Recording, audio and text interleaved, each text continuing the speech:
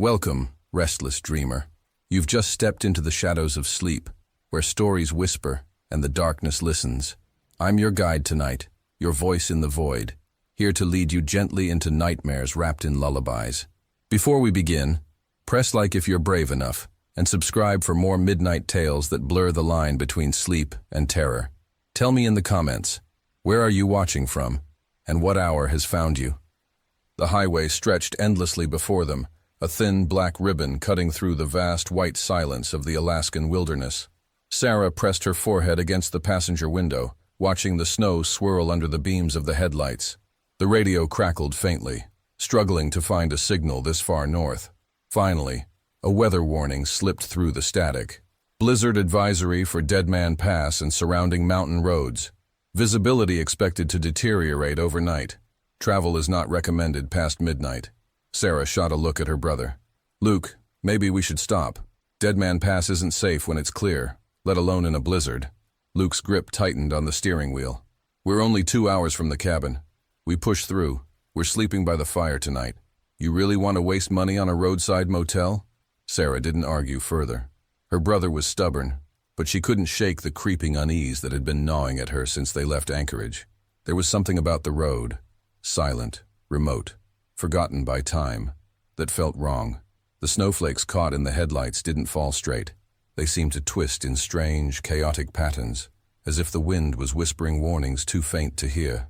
An hour later, as they wound higher into the mountains, Sarah saw it. At first, she thought it was a tree, a dark shape standing still beneath a broken streetlight. Then the light flickered, and her heart sank. It was a man. The figure stood on the narrow shoulder of the road, unmoving, as if carved from ice. His hood was pulled low, shadows obscuring his face. The pale light revealed soaked, tattered pants and heavy boots caked with mud and ice. His gloved hands were tucked into his pockets. He didn't wave. He didn't move at all. Luke, don't stop, Sarah whispered, her voice tight. Don't you dare stop. Luke slowed instinctively. Come on, Sarah. It's freezing out there. He could be stranded. Look at him, she said. Something's wrong. Luke squinted as they rolled closer. The man's head tilted slightly to the side, as though he was listening to something only he could hear. The flickering light briefly illuminated his face. Sarah's breath caught. His skin was too pale, like wax, and his lips had a dark, bluish tint. He was smiling faintly. Keep driving, Sarah said, louder this time. Please. Luke hesitated, then pressed the gas. As they passed, the man's head turned in one slow, deliberate movement, his grin widening. Sarah swore she felt his eyes on her long after they'd left him behind. Creepy, Luke muttered. But maybe he's just... No, Sarah cut him off. There was something wrong. Like he wasn't... She couldn't finish the thought. By the time they spotted the glow of a roadside diner, the storm had swallowed the road. Snow whirled in thick sheets, making the neon sign look like it was floating in fog. They pulled into the small lot, relieved to find a few semi-trucks parked out front. The inside smelled of burnt coffee and fried bacon. A few truckers sat hunched at the counter, nursing mugs. The waitress, an older woman with tired eyes, gave them a wary look as they slid into a booth. Sarah was halfway through her grilled cheese when the bell above the door jingled. Her stomach dropped. The hitchhiker walked in. Snow dripped from his coat onto the floor, leaving dark, wet patches behind him. He didn't shiver. He didn't speak. He just stared, his face expressionless, but somehow too focused, like he knew them. Luke froze with his cup halfway to his lips. Sarah, he whispered. That's him. Sarah's hand tightened around her fork. How did he get here? The man walked past their booth and sat in the corner. He didn't order anything. He didn't even take off his gloves. His eyes, cold, pale eyes, never left them. An older trucker leaned toward Sarah, his voice low.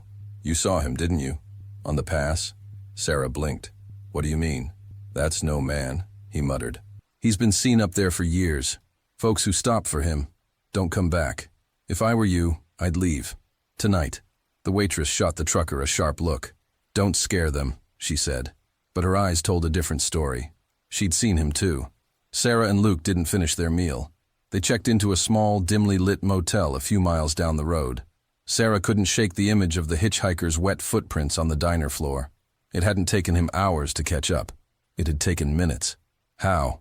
Luke flipped on the TV to distract himself. The local news was reporting a fatal accident on Dead Man Pass. A man had been struck by a vehicle earlier that evening. The strange thing? His body had vanished by the time emergency services arrived. Sarah stared at the screen. The description matched the hitchhiker. That night, she dreamed of the man standing at the foot of her bed, his face expressionless as he whispered, "You should have stopped." She woke up in a cold sweat and turned to Luke, only to see him staring at the window. "What is it?" she asked. "Handprints," he said, "on the inside of the truck." The next morning, the snowstorm eased, but the air felt heavier somehow, like the silence was watching them. They packed their things and left. An hour into the drive, Sarah spotted him again. The hitchhiker stood in the middle of the road, forcing Luke to swerve. The car skidded before regaining traction. "This is impossible," Luke muttered, pale as a ghost. "It's like he's following us," Sarah finished. That night, in their remote cabin, the sounds began. Footsteps crunching in the snow outside. A slow, deliberate knock on the door. 3 times. Luke grabbed a flashlight, but when they opened the door, there was nothing but silence. Until they saw it. A single wet footprint on the porch.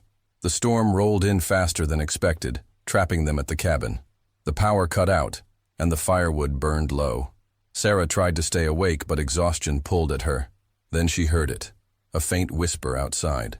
Luke was standing by the door, staring into the dark. "He's out there," he said. "He wants me to follow." Before she could stop him, Luke stepped outside.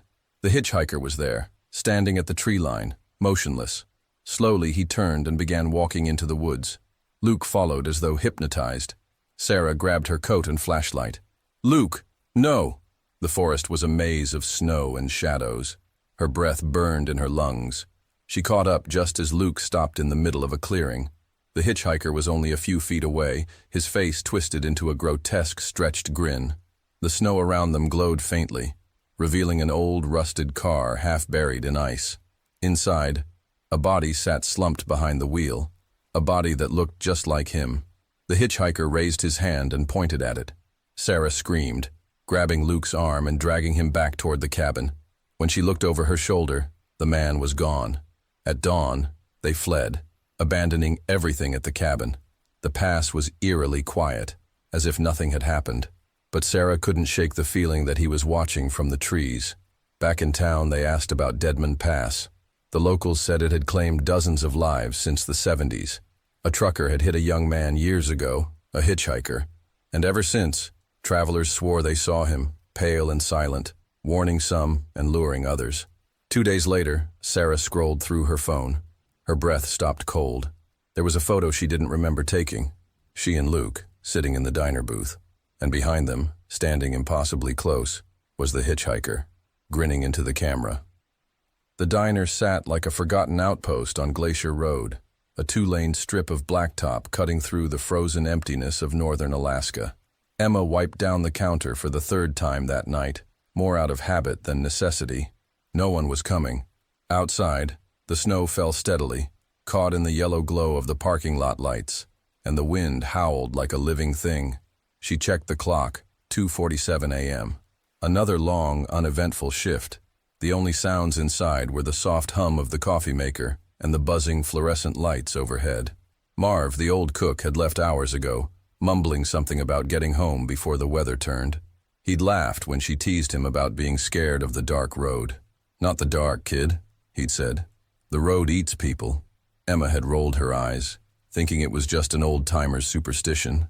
But lately, working these night shifts, she'd begun to understand. Glacier Road had a way of making you feel small, like the snow and the shadows were alive, just waiting for you to slip.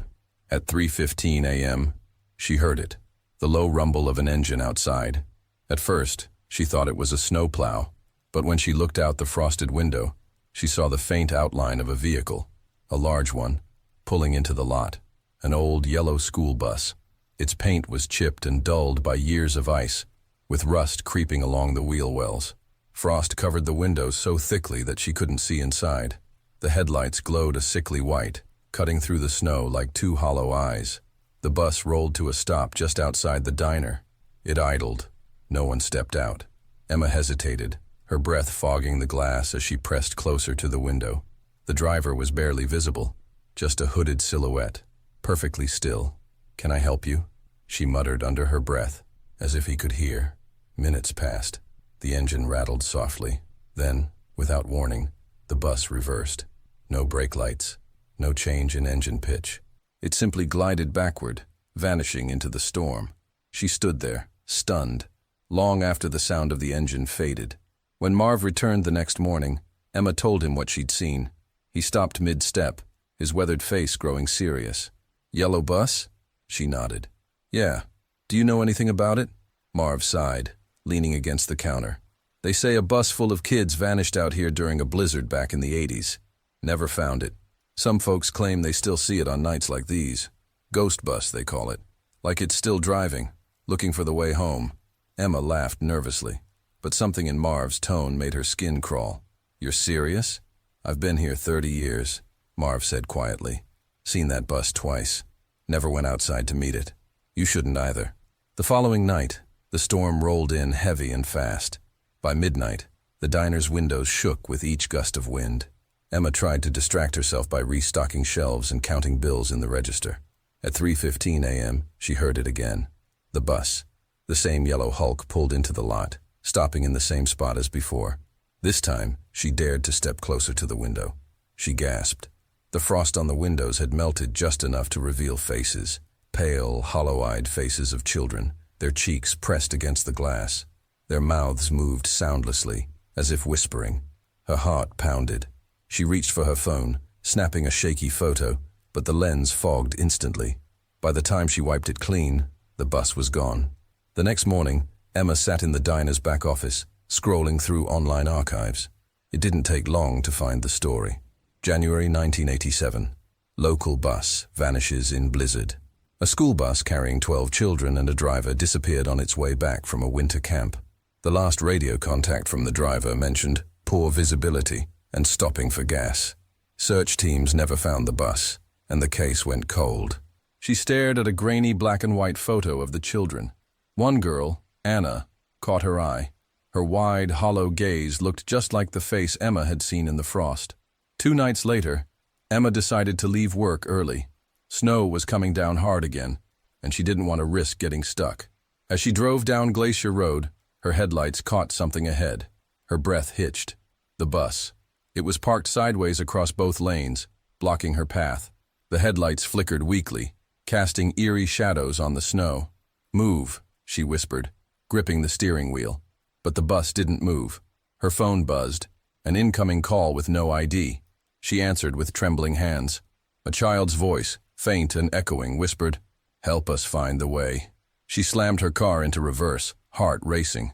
But when she looked back through the rearview mirror, the road behind her was empty.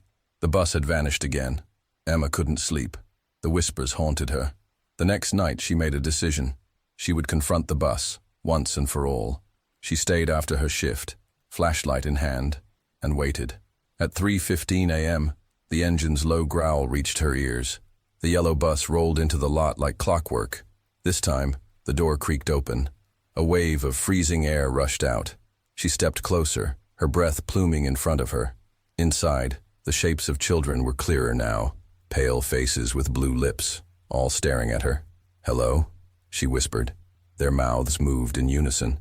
She couldn't hear the words, but she understood. "Come with us." The driver tilted its head.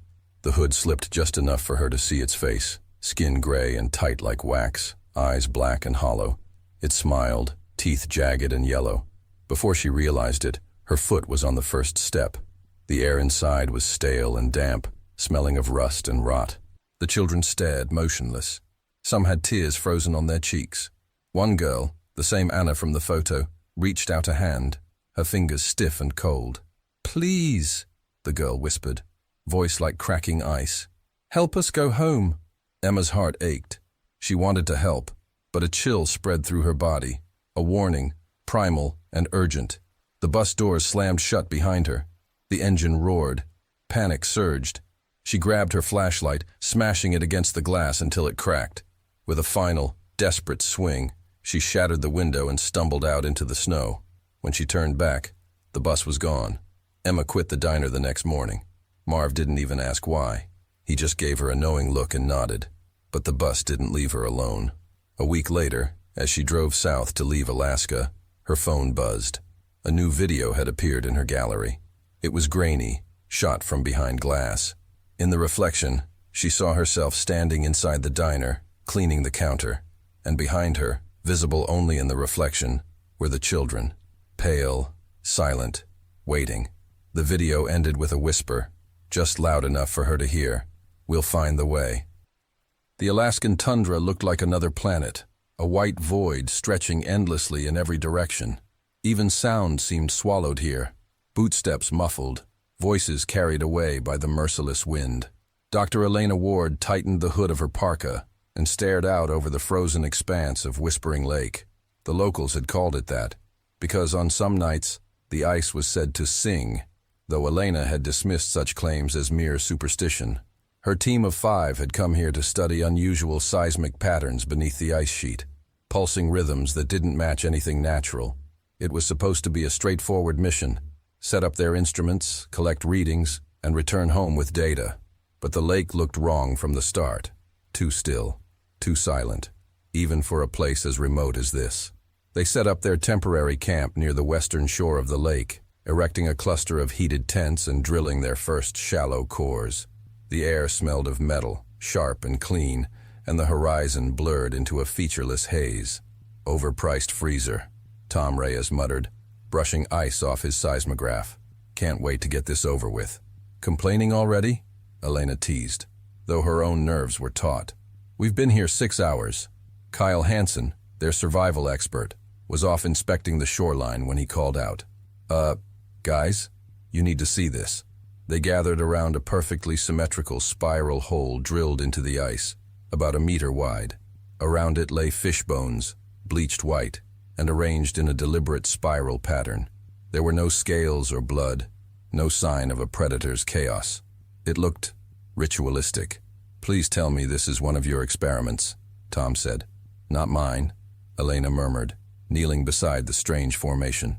The bones were clean, almost polished, too clean.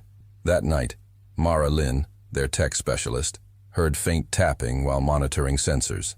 Tap, tap, tap. It wasn't the groan of ice shifting. It was rhythmic, almost deliberate. She tried to ignore it, but the sound followed her into uneasy dreams. The next day, Tom's equipment recorded rhythmic vibrations deep under the ice, like something massive was moving far below. "This isn't tectonic," he said, frowning at the data. "It's organic.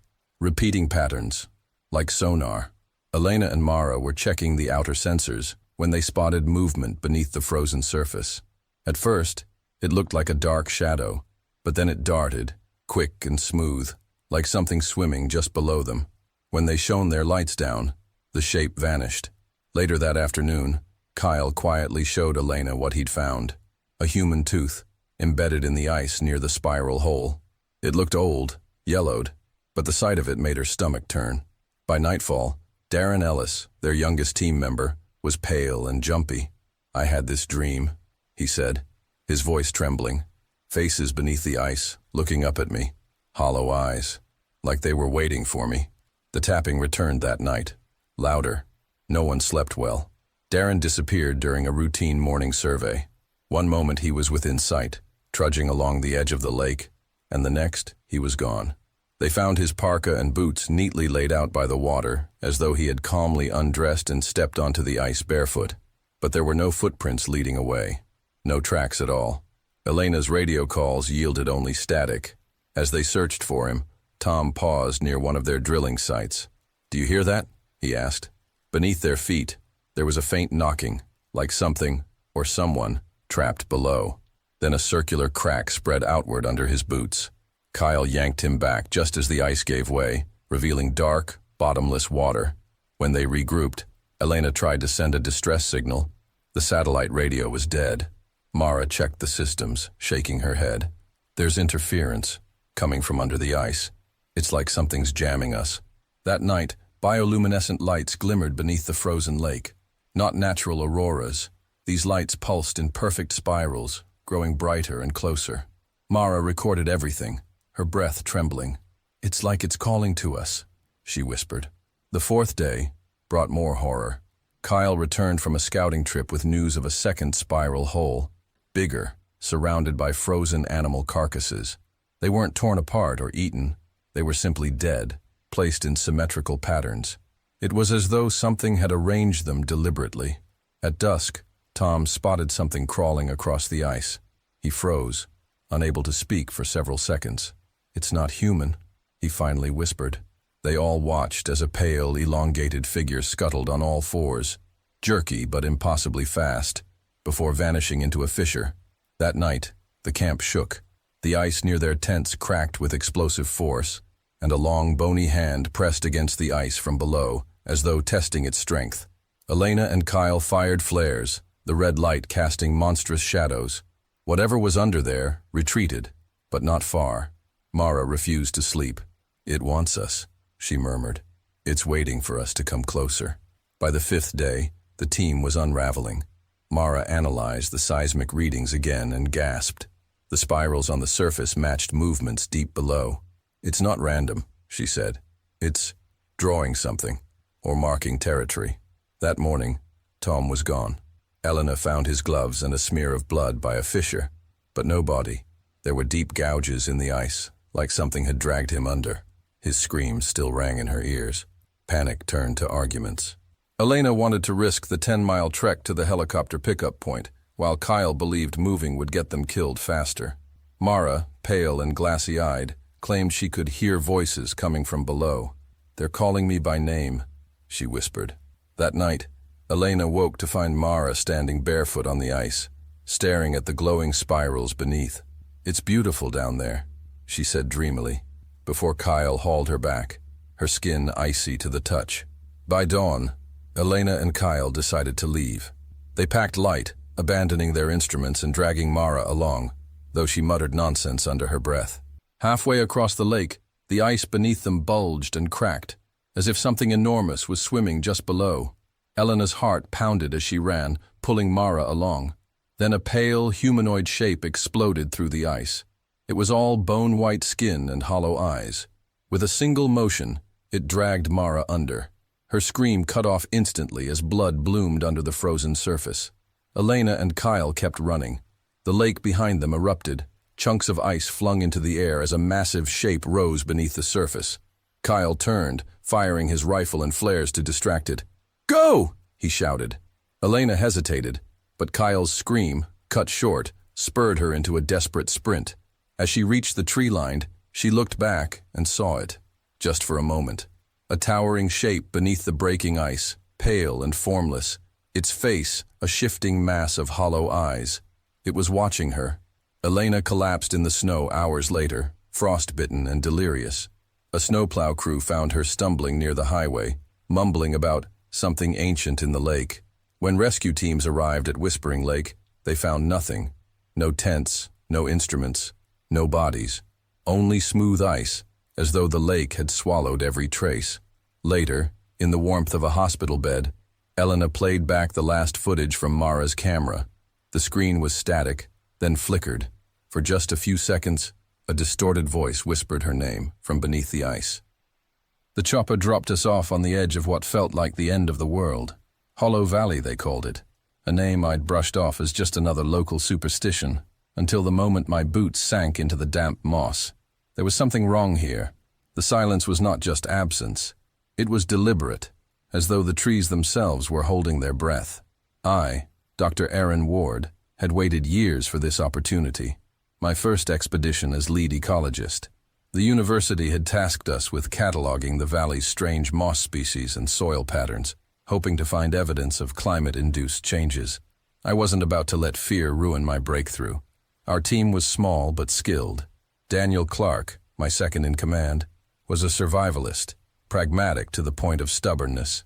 Sam Patel, a drone operator barely out of grad school, carried enough nervous energy to power the camp generator. Mara Lopez, our botanist, had a wild curiosity that sometimes went too far. And then there was Ethan Briggs, our geologist, who had a permanent scowl etched into his weather-beaten face. The first day was uneventful. We set up base camp among skeletal pines. the abandoned clearing of an old logging site. Rusting machinery lay half buried in moss like corpses half swallowed by the earth. I noted how strangely symmetrical the site was. The tree stumps formed almost perfect rows, and the remaining structures, collapsed and rotting, seemed laid out in some cryptic geometric pattern. Ethan muttered about how loggers never worked like this. Still, nothing could distract me from our mission.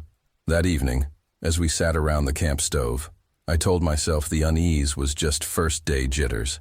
We laughed, shared stories, and planned tomorrow's research routes. But as we settled into our tents, I heard it. Footsteps. Not ours, not animals. Heavy, deliberate steps pacing the edge of camp. I peeked out, but the tree line was empty. The fog thicker now, glowing faintly in the moonlight. When I asked Daniel if he'd heard it, he gave me a tight nod. "Stay inside your tent," he said, loading his rifle. "Just stay inside." The next day, we began our survey, heading deeper into the valley. By mid-morning, Mara called us over to something she'd found. My breath caught when I saw it. A circle of bird skeletons, their tiny bones arranged in a perfect ring around a smooth stone. No blood, no feathers. Every bone was clean, almost polished. "What the hell made this?" Sam whispered.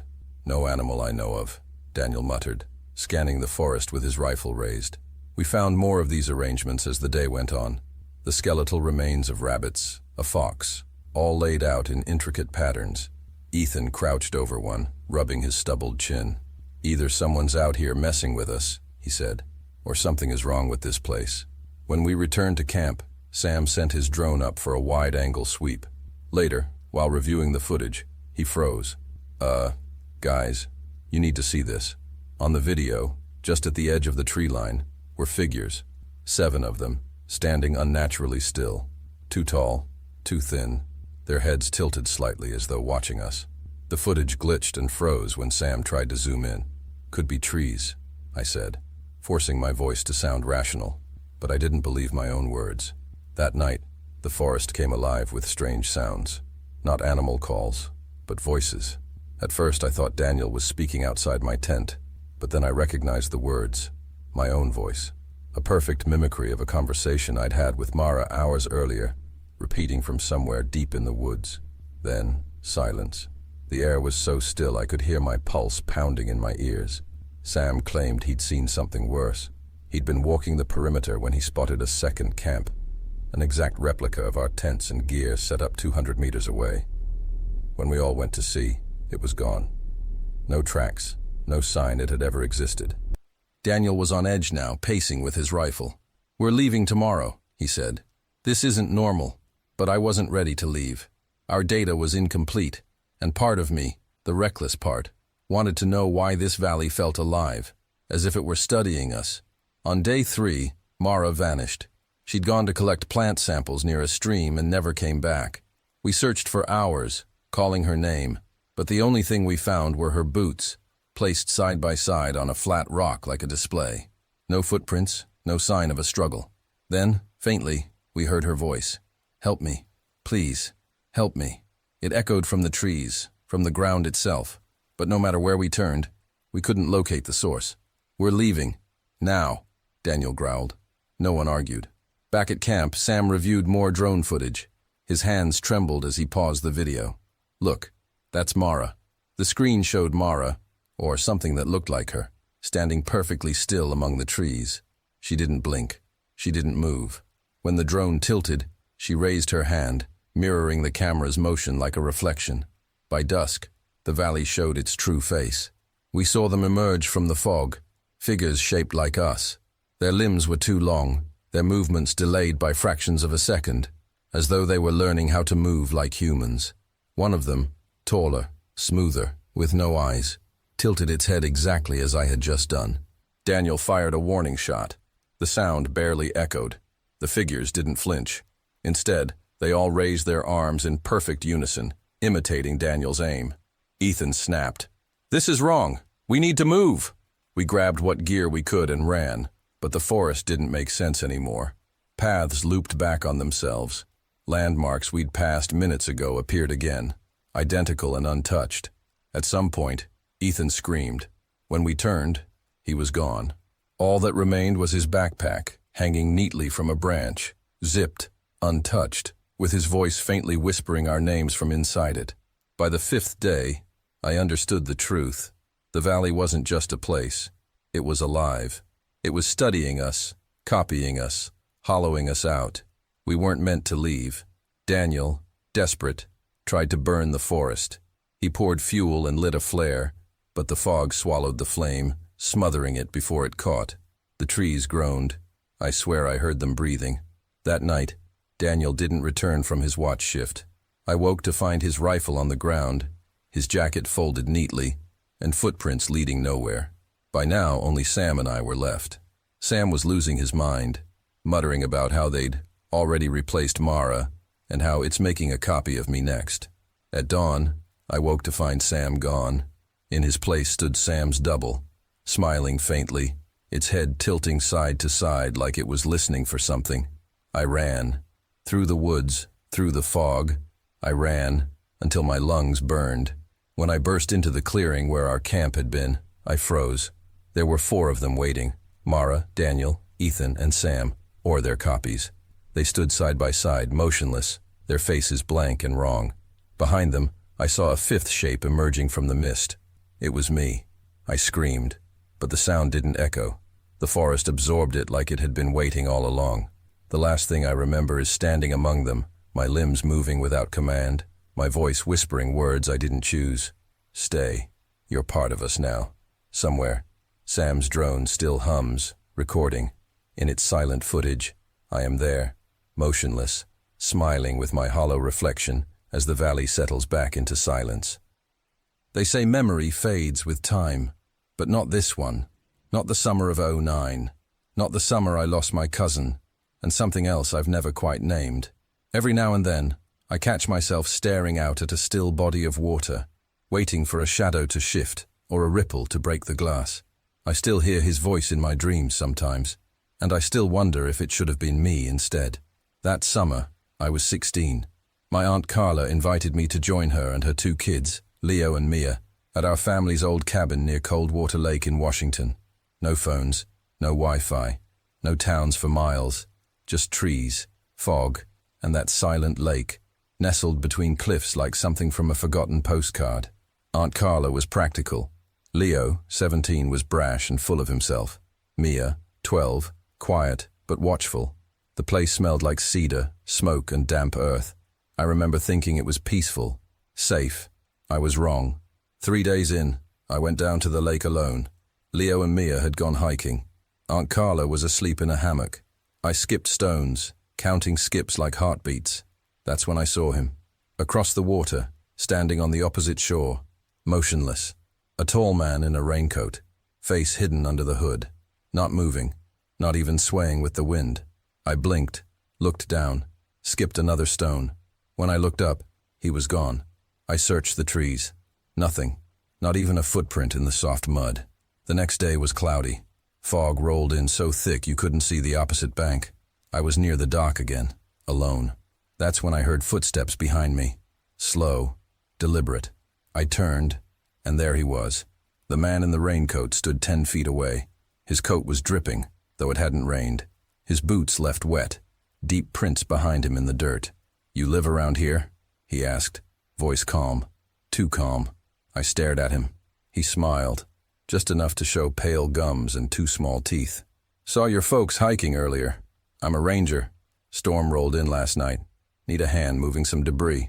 He nodded toward the woods, never once lifting his hands from his sides. They were hidden in the folds of the coat. I didn't move.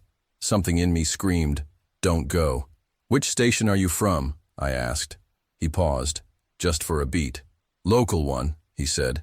"Don't worry about that." "I should get my boots," I mumbled, stalling. "No need," he said. Took a step forward. Mud clung to his coat. A smell hit me. Wet leaves, rotting moss, something sour beneath it. The cuffs of his pants were soaked up to the knees, but the ground behind him was dry. I backed away. His smile faded.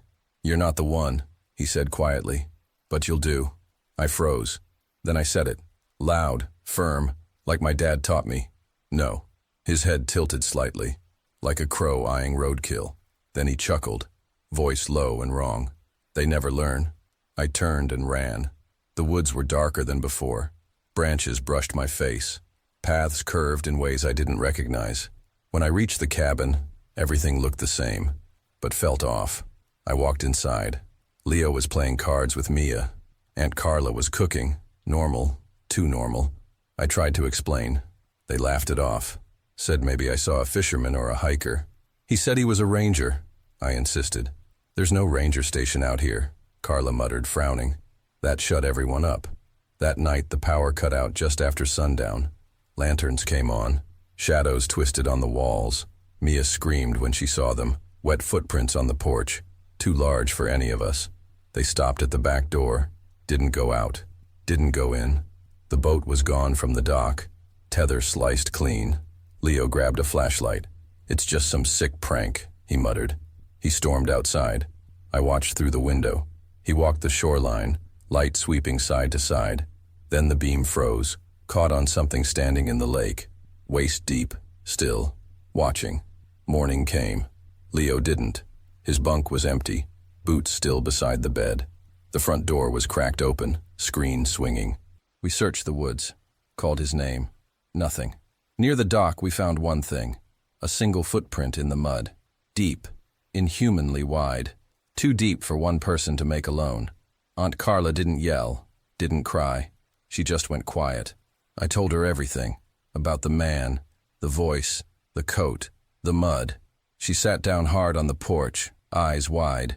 When I was a kid, she whispered, my grandfather used to talk about a thing in the lake.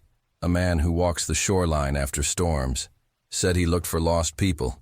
Took the lonely ones. Said if you talked to him too long, you'd follow him back. Said the ones who saw him never slept right again. We packed fast, left the rest behind. As we drove down the dirt road, I looked back. The lake was still, fog curling across it like breath. And standing just beyond the trees, he was there, just standing, still soaked, still smiling, watching. He didn't wave, didn't move, but I swear, I heard him, not in my ears, in my head. You'll come back someday. They never found Leo. Aunt Carla stopped visiting the lake. Mia won't speak about that summer. Every few years I see a thread online. Someone talking about the wet man, or the ranger with no station. Always near lakes, always after storms, always the same ending. Someone's missing. It's been over a decade. I still dream of fog and footsteps, of someone calling my name with a voice that doesn't echo. So if you ever find yourself alone near still water, and a stranger asks for help, don't follow. Don't talk too long. And whatever you do, don't look back. And standing just beyond the trees, he was there, just standing, still soaked, still smiling, watching. He didn't wave, didn't move, but I swear, I heard him, not in my ears, in my head. You'll come back someday. They never found Leo. Aunt Carla stopped visiting the lake. Mia won't speak about that summer. Every few years I see a thread online. Someone talking about the wet man, or the ranger with no station. Always near lakes, always after storms, always the same ending. Someone's missing. It's been over a decade. I still dream of fog and footsteps, of someone calling my name with a voice that doesn't echo. So if you ever find yourself alone near still water, and a stranger asks for help, don't follow. Don't talk too long. And whatever you do, don't look back. The gravel crunched under Emily's boots as she made her way across the narrow path to the main lodge. The air smelled faintly of pine and damp earth, and a cool wind swept through the clearing, carrying with it a whisper of the endless wilderness surrounding them. She had only been at Black Pine Lodge for 2 weeks, but already the isolation was settling into her bones. At first, she had thought the summer job would be an adventure, a chance to escape city life and earn money before her senior year of college. The lodge sat in the far reaches of Alaska, 40 miles from the nearest town. There was no cell signal, and the single landline in the office worked only when it felt like it. The lodge itself was a patchwork of history. 6 creaking guest cabins scattered along winding gravel paths, the main building with its rustic log facade, and an old bathhouse that looked like it hadn't seen a renovation in decades. Beyond the property stretched a dark wall of forest, endless spruce and birch, thick enough to swallow sound. The guests for that week had checked in the day before. A group of 3, Mark, Julia, and Ryan, all in their late 20s, here for hiking and photography. Mark was the loud one, quick with jokes and stories, filling the room with his voice wherever he went. Julia was quieter, with a nervous edge that Emily couldn't help but notice. Ryan, tall and pale, seemed caught in the middle of the two, polite but withdrawn. There was tension between the three, but Emily couldn't quite put her finger on why. That evening, they all gathered in the main lodge for dinner. Mark did most of the talking, regaling Emily and the two other guests with tales of the wild things in Alaska. Bears, wolves, even legends of the Wendigo. Julia barely touched her food, her eyes darting to the windows as though expecting something to appear out of the shadows. Ryan sat in silence, his fork tracing idle patterns on his plate. "Ever been in the woods after midnight?" Mark asked Emily, leaning forward with a grin. "The silence out here, it's different. Feels like the whole world's watching you." Emily smiled politely but said nothing. When she glanced at Ryan, she noticed scratch marks on his hands. "Tough hike?" she asked. He looked startled, glancing quickly at Mark before muttering, "Yeah, the trails are rough." Later that night, as she sat in her staff cabin reading, Emily heard the sound of footsteps crunching on the gravel path outside. They moved slowly past her window. She stepped outside, flashlight in hand, but the path was empty. The following evening, just after dusk, Emily saw Ryan heading toward the old sauna with a towel over his shoulder. Julia and Mark trailed behind him, Mark talking animatedly, while Julia walked a few steps behind, arms wrapped around herself. Emily returned to her cabin and lost track of time. It was close to midnight when she heard frantic knocking on the lodge door. She opened it to find Julia, pale and trembling, with Mark close behind. "Ryan's missing," Julia blurted. We don't know where he went. He just..." Mark cut her off. "He stormed off after an argument. He'll be back. People cool off faster out here." His tone was calm but strained, his eyes darting toward Julia like he was warning her to stay quiet. "What argument?" Emily asked. Mark shrugged. "Nothing big, just tired hikers snapping at each other." But Julia's voice cracked as she added, He said someone was watching him, near the bathhouse. A tall man, just standing there." Mark rolled his eyes. "She's exaggerating." Something in their conflicting stories sent a chill through Emily. She grabbed her flashlight. "Let's check the sauna." When they arrived, the sight made Emily's stomach twist. The wooden bench outside was overturned, and the dirt was scuffed, as if someone had been dragged. There were deep, claw-like scratches on the sauna door, too precise and long to be made by any animal she knew. Back at the lodge, Emily reached for the landline to call for help, but there was no dial tone. The line was dead. "We'll find him," Mark said quickly. "We don't need to panic. Maybe he just went off into the woods. You know how people get out here needing space." "Space?" Julia snapped. "There's blood, Mark. We need help." Emily decided they would search the property. For over an hour, they combed the dark trails with flashlights, calling Ryan's name. The forest swallowed their voices. Every rustle of branches made them flinch. Julia clung to Emily's arm, while Mark paced like a caged animal, his face tight with something that looked like anger or fear. When they finally gave up, Emily suggested waiting in the main lodge until morning. Julia agreed immediately. Mark, however, protested. "We don't all need to sit here. I'll look again." "No," Emily said firmly. "We stay together." That night was the longest of Emily's life. Something moved outside. Slow footsteps circling the lodge. Gravel shifted. Then faintly, she heard knocking. Not at the door, but against the window, like fingertips tapping glass. Julia whispered, "It's not human." Emily tried to dismiss it, but when she checked Mark's bag later, she found a blood-stained hunting knife wrapped in a towel. At first light, Emily insisted they search the sauna area again. Mark argued, but Julia backed Emily. "I need to know," Julia said, her voice trembling. The daylight revealed what they'd missed. Drops of blood on the wooden steps, a torn piece of fabric caught in the brush, and more of those strange claw marks. Deep gouges in the dirt that seemed to form hand-like prints with too many fingers. Emily confronted Mark. "What aren't you telling us?" Mark's jaw clenched. He finally said, "There's something in those woods." Ryan saw it too. Tall, black. "It moves like it's not real. I didn't want to tell you because no one would believe me." Julia broke down, sobbing. It's been following us since we got here. I saw it last night. It wasn't a man. It was wrong. By evening, the tension was unbearable. Emily tried to convince them to barricade themselves inside until morning, but Mark was pacing, muttering about trying to find Ryan. The first sign of the creature was the low growl, deep and guttural, vibrating through the walls. Then came the scraping sound, long nails dragging across the wood outside the lodge. Emily peeked through the window and froze. It was there, a tall, gaunt silhouette standing between the trees. Its limbs were too long, its posture crooked, like it had been stretched. Its amber eyes glowed faintly in the dark, and its movements were impossibly smooth, like liquid shadow.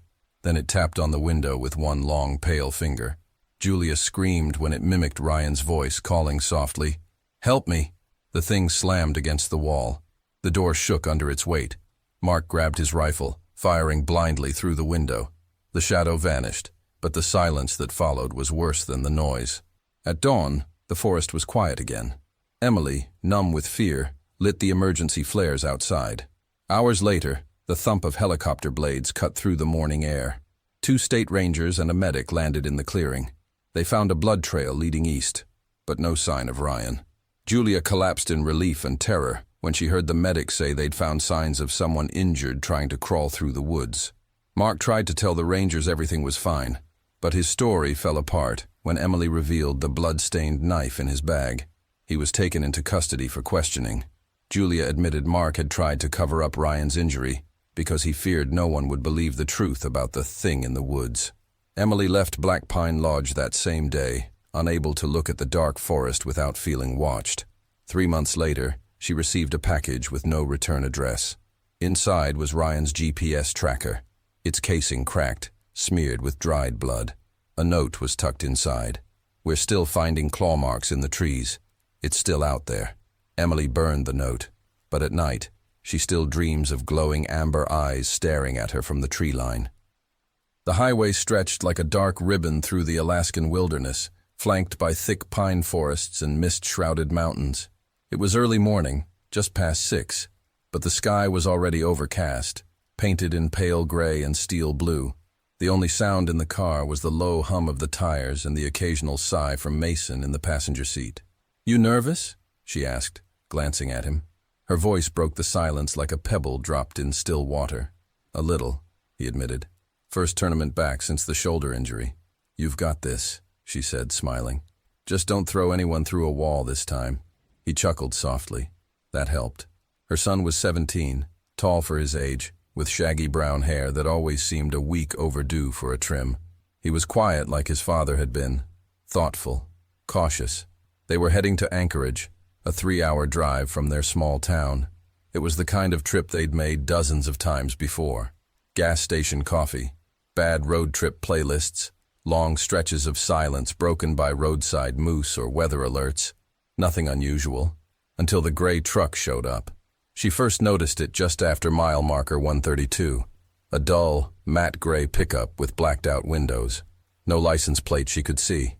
At first it was just behind them on the long, winding stretch between forest hills, but something felt off. It didn't pass, even when they slowed. It didn't fall back when they sped up, just stayed there, 2 car lengths behind. "You see that truck?" she asked. Mason looked in the side mirror. "Yeah, been behind us a while.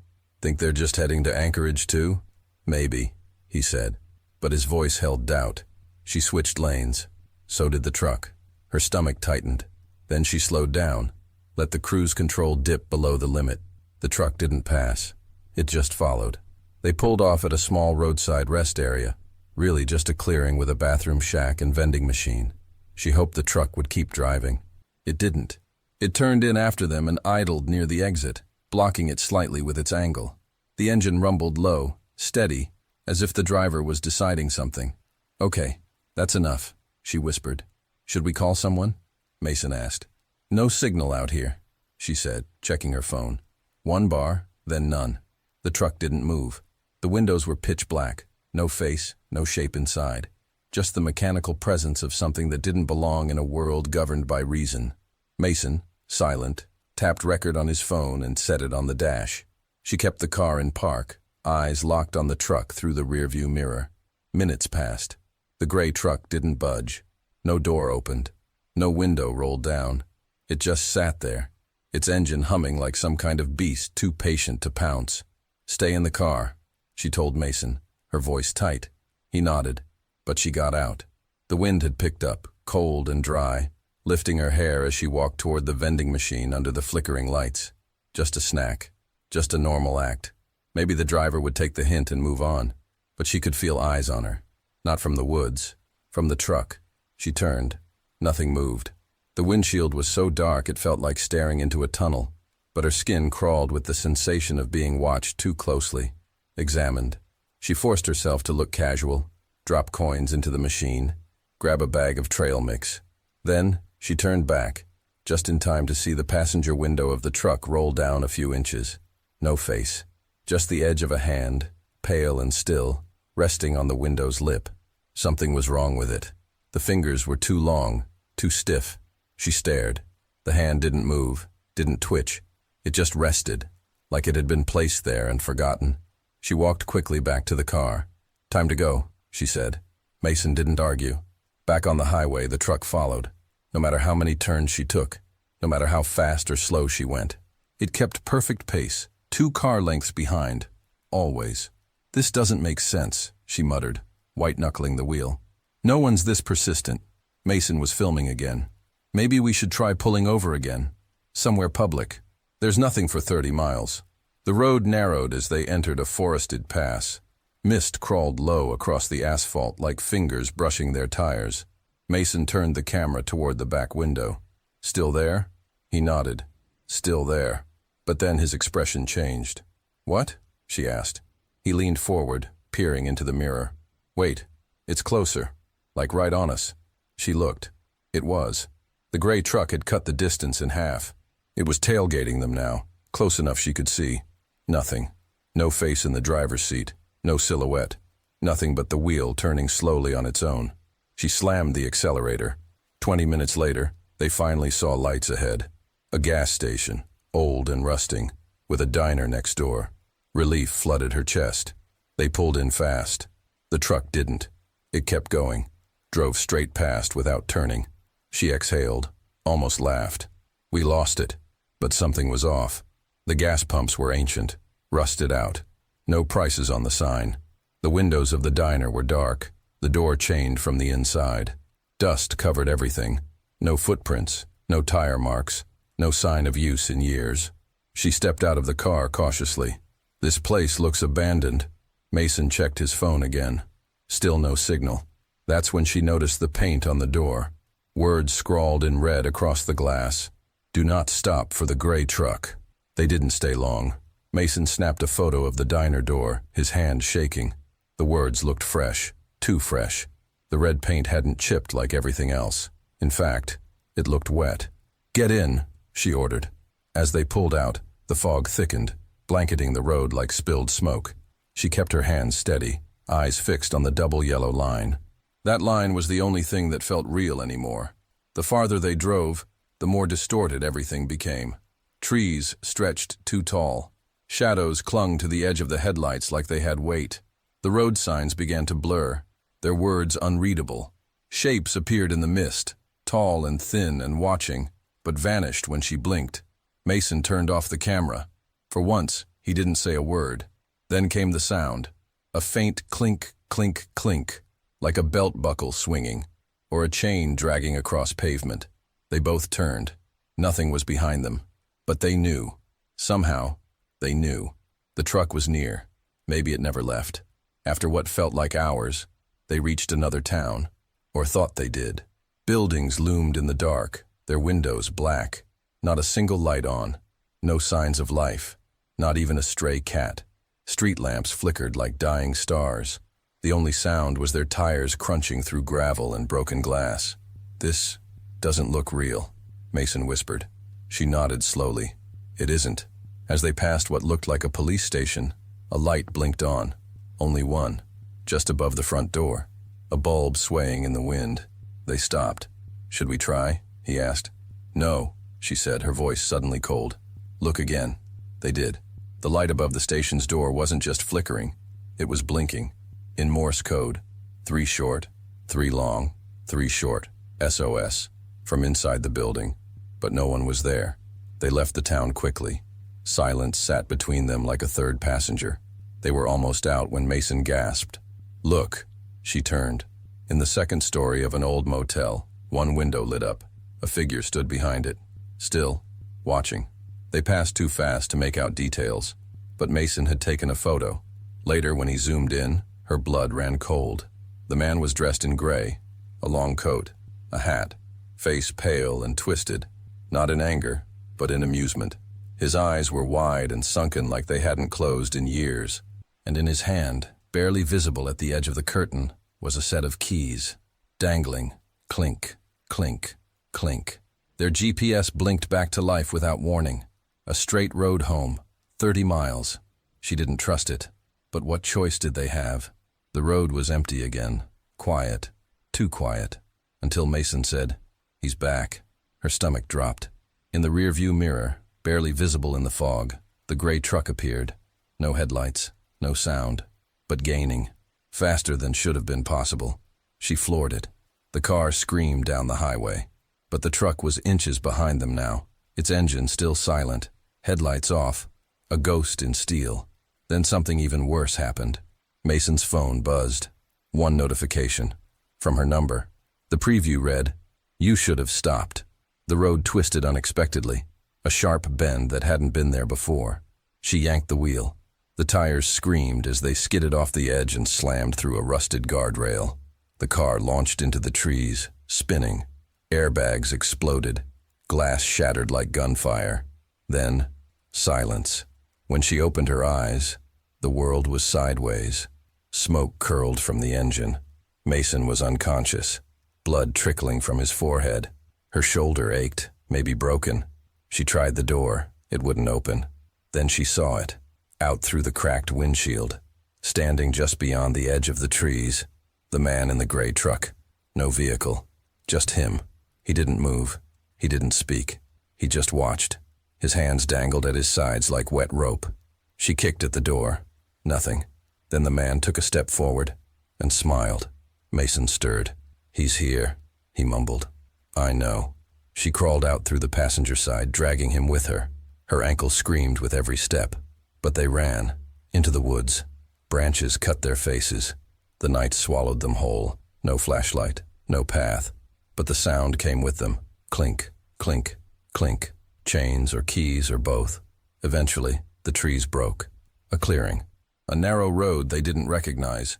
Just dirt. No lights. No signposts. But behind them, no more footsteps. No more clinking. "We lost him," Mason gasped. She wasn't so sure. They followed the road. Eventually, they saw headlights.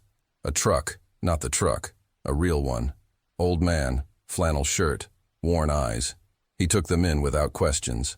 Said, "You kids shouldn't have gone through Still Hollow." Still Hollow. Neither of them had seen the name. The man shook his head. "Ain't on any maps anymore.